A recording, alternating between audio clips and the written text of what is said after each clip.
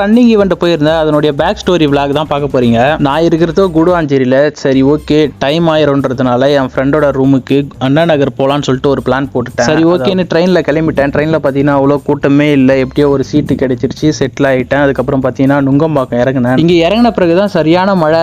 காலையில் எப்படி நடக்குமா நடக்காதான்னு ஒரே டவுட் ஆகி போச்சு. சரி என்ன நடந்தாலும் பார்த்துக்கலான்னு சொல்லிட்டு கிளம்பிட்டேன். பக்கத்தில் ஒரு 2 கிலோமீட்டர் ரேபிடோவில் தான் போகிற மாதிரி இருந்துச்சு. அவர் பார்த்தீங்கன்னா ஹெல்மெட்டு கூட போடல. ஆனால் சரியான ஸ்பீடில் போயிட்டு எப்படியோ ஒரு 10 நிமிஷத்தில் கொண்டு போய் விட்டார். அப்புறம் தான் வந்தார் விஜய்மணி. அவரை கூட்டின்னு பார்த்தீங்கன்னா ஒரு டீயை குடிச்சிட்டு அப்படியே 2 பழமும் வாங்கிட்டேன். இவர் பார்த்தீங்கன்னா டிவி கேள்வி இருக்கிறதுனால அப்படி இப்படி ஏதோ கதையாக சொல்லிட்டு வந்தான். சரி ஓகே சூப்பரான்னு சொல்லிட்டு அது என்னவோ தூக்கமே வரல. அதாவது பார்த்தீங்கன்னா காலையில் ஏதோ எக்ஸாம் எழுதுற மாதிரி ஒரு ஃபீலு. அப்படியே ஒரு 3:30 மணிக்கு எந்திரிச்சு ஃப்ரெஷ் ஆகிட்டு வாங்கிட்டு வந்த வாழைப்பழத்தை சாப்பிட்டு கிளம்பிட்டேன். அங்கே போய் பார்த்தா கூட்டமே வராதுன்னு நினச்சேன். ஆனால் பார்த்தீங்கன்னா ஏன்னா கூட்டம் பார்த்தீங்கன்னா விஜய் அண்ணாவும் 3 கிலோமீட்டர் ஓடினாரு. அவங்க கூடவே அந்த மினிஸ்டர்லாம் நிறைய பேர் ஓடினாங்க. அதுவும் இல்லாமல் இந்த புசி ஆனந்தெல்லாம் பார்த்தீங்கன்னா செம்ம சூப்பராக சில்லாக பேசிட்டு வந்தார். ஆனால் செம்ம சூப்பராக ஆர்கனைஸ் பண்ணியிருந்தாங்க. அதுவும் இல்லாமல் பார்த்தீங்கன்னா ரிஃப்ரெஷிங் பாயிண்ட் போலீஸ்லாம் கூட நிறைய போலீஸ் இருந்தாங்க. இன்டர்நேஷனல் மெடல் அடிச்சவங்க எல்லாரையும் ஸ்டேஜில் எடுத்து செம்மையாக வந்து ஹானர் பண்ணாங்க.